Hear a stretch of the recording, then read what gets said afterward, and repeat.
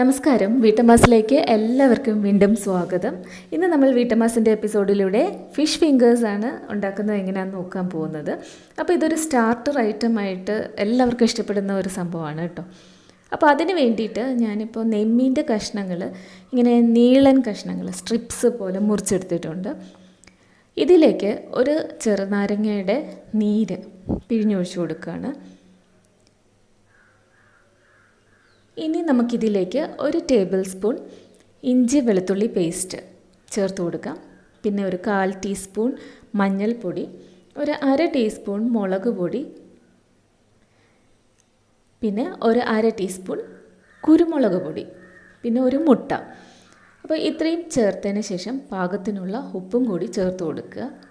ഇനി ഇതിലേക്ക് ഒരു 2 ടേബിൾ സ്പൂണോളം ഓൾ പർപ്പസ് ഫ്ലവർ അല്ലെങ്കിൽ മൈദ ചേർത്ത് കൊടുക്കുക.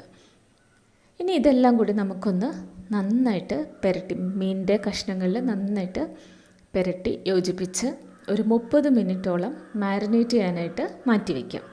അപ്പോൾ നന്നായിട്ട് തേച്ച് പിടിപ്പിക്കുക, പുരട്ടി വയ്ക്കുക.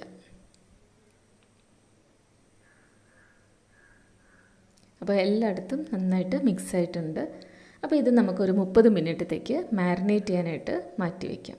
അപ്പോൾ ഇനി അടുത്ത സ്റ്റെപ്പ് എന്ന് പറയുന്നത് ബ്രെഡ് ക്രംസിൽ നമ്മൾ ഈ മാരിനേറ്റ് ചെയ്ത് വെച്ചിരുന്ന ഫിഷ് ഫിംഗേഴ്സ് കോട്ട് ചെയ്തെടുക്കും. അപ്പം ഇങ്ങനെ ബ്രെഡ് ക്രംസിൽ കോട്ട് ചെയ്തതിന് ശേഷം നമുക്ക് വേണമെങ്കിൽ നല്ല എയർ ടൈറ്റ് ആയിട്ടുള്ള ഒരു കണ്ടെയ്നറിൽ സ്റ്റോർ ചെയ്ത് ഫ്രീസറിനകത്ത് വയ്ക്കാം. എന്നിട്ട് ആവശ്യാനുസരണം എടുത്ത് വറുക്കാം. കുറച്ച് നേരം വെച്ചതിന് ശേഷം തണുപ്പ് മാറിയതിന് ശേഷം ആവശ്യാനുസരണം വറുക്കാം. ഇപ്പോൾ ഞാനിപ്പോൾ നേരിട്ട് വറുക്കാനായിട്ട് പോവുകയാണ്. അപ്പോൾ ഈ സമയം കൊണ്ട് നമുക്ക് വീട്ടമ്മാസിൻ്റെ ചാനൽ സബ്സ്ക്രൈബ് ചെയ്തിട്ടില്ലാത്തവർ ദയവായി സബ്സ്ക്രൈബ് ചെയ്യുക. അതിനോടൊപ്പം സൈഡിലുള്ള ബെൽ ഐക്കൺ കൂടി ക്ലിക്ക് ചെയ്യുക. അപ്പോൾ ഇനി നമുക്ക് പാനിലോട്ട് എണ്ണ ഒഴിച്ചു കൊടുക്കാം. ഫിഷ് ഫിംഗേഴ്സ് ആയതുകൊണ്ട് തന്നെ നമ്മൾ സൺഫ്ലവർ ഓയിൽ ഏതെങ്കിലും വെളിച്ചെണ്ണയിൽ യൂസ് ചെയ്ത് വേറെ ഏതെങ്കിലും ഒരു വെജിറ്റബിൾ ഓയിൽ യൂസ് ചെയ്യുന്നതായിരിക്കും നല്ലത്. ഒരു റിഫൈൻഡ് ഓയിൽ ഏതെങ്കിലും യൂസ് ചെയ്യുന്നതായിരിക്കും കുറച്ചുകൂടി നല്ലത്. അപ്പോൾ എണ്ണ ചൂടായതിന് ശേഷം നമുക്ക് ഓരോ ഫിഷ് ഫിംഗേഴ്സായിട്ടിട്ട് വറുത്ത് കോരിയെടുക്കാം. ഇത് ശരിക്കും പറഞ്ഞു കഴിഞ്ഞാൽ നല്ലൊരു ഗോൾഡൻ ബ്രൗൺ കളറാവുന്നവരെ നമുക്ക് തിരിച്ച് മറിച്ചിട്ട് വറുത്തെടുക്കാം. ഇതിങ്ങനെ വറുക്കുമ്പോൾ തന്നെ നല്ല മണമൊക്കെ ഇങ്ങനെ വരും കേട്ടോ. ജിഞ്ചർ ഗാർലിക് പേസ്റ്റിൻ്റെയും മീനിൻ്റെയും ഒക്കെ കൂടെ ഒരു മണം, നല്ല ഭയങ്കര കൊതിപ്പിക്കുന്ന മണമാണ് വരുന്നത്.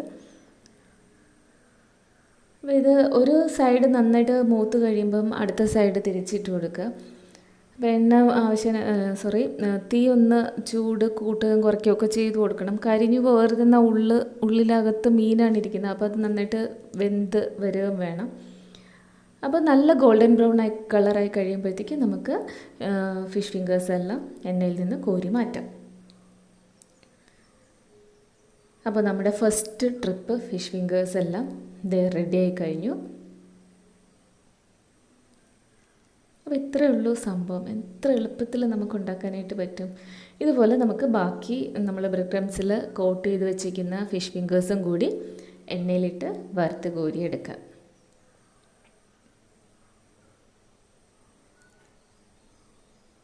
ഇത് ഉണ്ടാക്കി കഴിഞ്ഞ് കഴിഞ്ഞാൽ എങ്ങനെ തീരുന്ന വഴി നമുക്കറിയാനായിട്ട് പറ്റത്തില്ല. അത്രയ്ക്ക് ടേസ്റ്റ് ആയിട്ടുള്ള ഒരു ഐറ്റമാണ് ഫിഷ് ഫിംഗേഴ്സ്. ഉണ്ടാക്കാനും വളരെ എളുപ്പമാണ്. അപ്പോൾ എല്ലാവരും ട്രൈ ചെയ്യുക. ട്രൈ ചെയ്തതിന് ശേഷം നിങ്ങളുടെ അഭിപ്രായം കമൻറ്റ് ബോക്സിൽ അറിയിക്കുക. അപ്പോൾ thanks a lot for watching.